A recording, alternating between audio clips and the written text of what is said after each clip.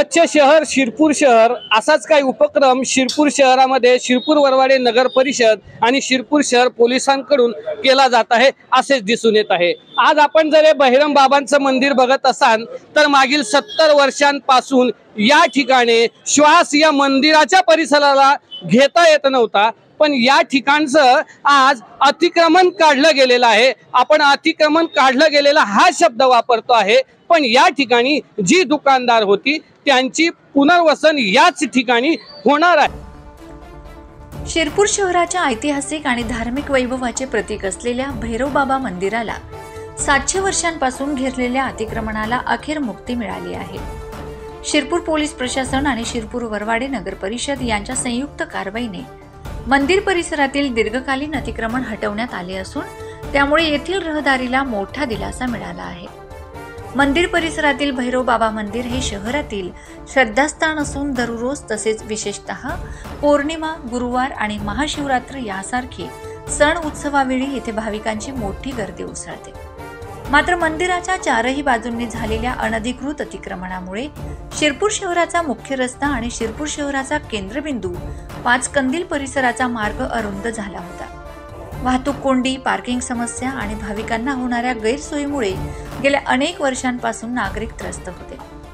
शहर पोलीस ठाण्याचे पोलीस निरीक्षक किशोर कुमार परदेशी व अधिकारी, मुख्य अधिकारी प्रशांत सरोदे व स्थानिक नगरपालिका कर्मचारी यांच्या उपस्थितीत शनिवारी सकाळी ही कारवाई सुरू करण्यात आली। कोणतीही अनुचित घटना घडू नये म्हणून पोलीस बंदोबस्त ठेवण्यात आला होता। अनेक दुकानांच्या पायऱ्या, अस्थायी बांधकामे यावर कारवाई करत अंदाजे 2000 चौरस फूट क्षेत्र अतिक्रमण मुक्त करण्यात आले।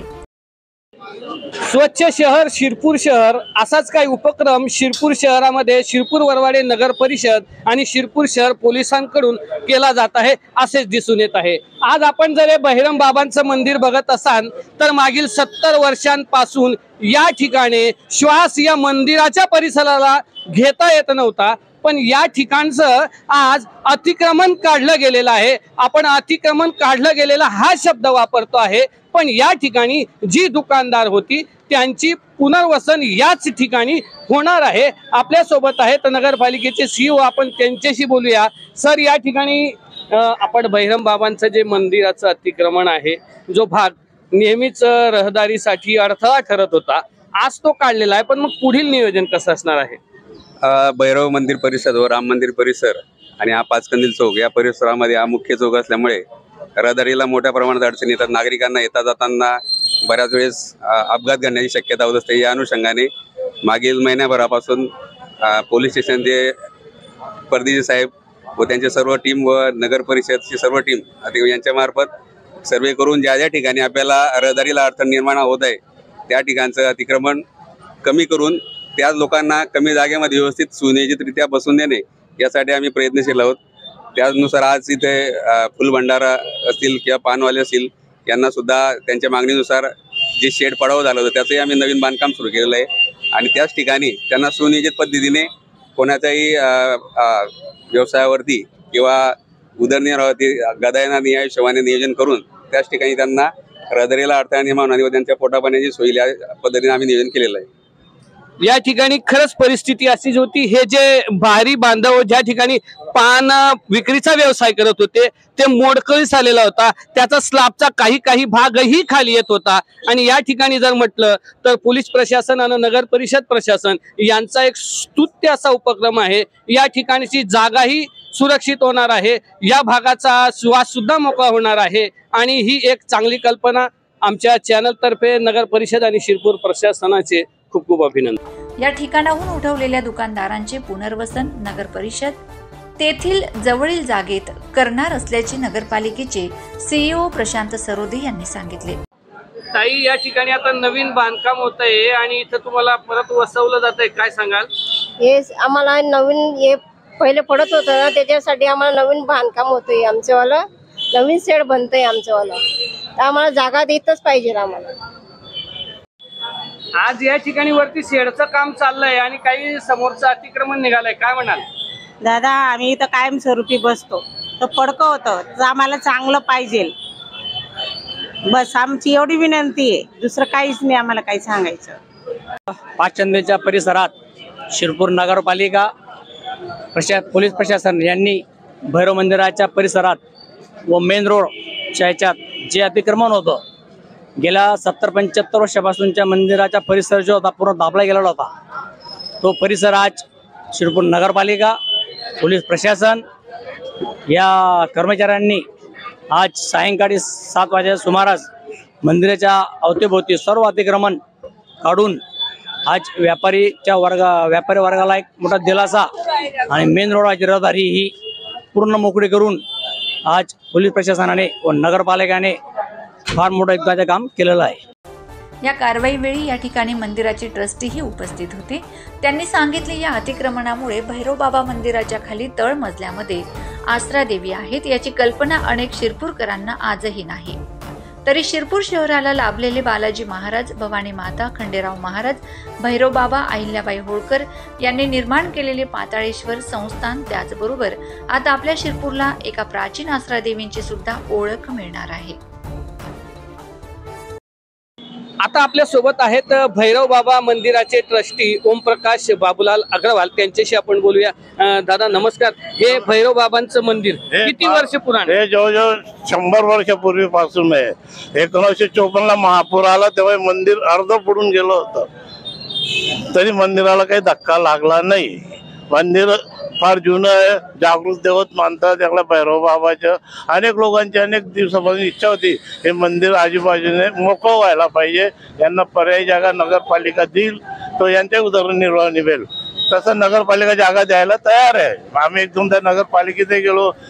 मागे आमचे काकाजी मिस्त्री शेठ आणि मी स्वतः 2 वर्षापूर्वी अर्जही देऊन आलो होतो नगरपालिकेत. आम्हाला मंदिर मोकळं करून पाहिजे, अनेक लोकांची मागणी आहे. तसे या मंदिराच्या माझ्या आधी मिस्त्री शेठ स्वतः काम पाहत आले. ते आता वयस्कर झाले, 90 वर्षाच्या वर, पण तरी ते मंदिराच्या भवानी मंदिर दोघं आमचे ट्रस्टचे दोघांचे कामं पाहतात. ते आपण ज्या मंदिर मोकळं झालं, माझ्यापेक्षा शिरपूरची जनता जे धर्मप्रेमी आहे ते फार खुश होतील तुमच्या कामामुळे. तुम्हाला चांगल्या शुभेच्छा देतील. भैरव बाबाही तुमच्यावर फार कृपा करेल असं मला वाटतं. या ठिकाणी आपण बघतोय की ट्रस्टी यांना सुद्धा आनंद झालेला आहे. आनंद झाला असा आहे, इथले व्यावसायिक हे इथेच असणार आहेत, पण ते काही अंतरावर असणार आहेत. आणि शिरपूरकरांसाठी जे नवे शिरपूरकर आहेत त्यांना सुद्धा या भैरव बाबांच्या मंदिराच्या इतिहासाबद्दल किंवा मंदिराबद्दल जी माहिती नव्हती ती आता नक्कीच माहिती पडणार. सर तुम्ही काय सांगा? हे मंदिर आहे संवंत 1995चा जीर्णोद्धार झाला. ते याच्या 200 वर्ष आधीचं मंदिर आहे. तर ते कमीत कमी आज 90 वर्ष जीर्णोद्धार होऊन झालेला आहे. आणि आज ते मंदिर संपूर्ण दृष्टीने उघडं झालं.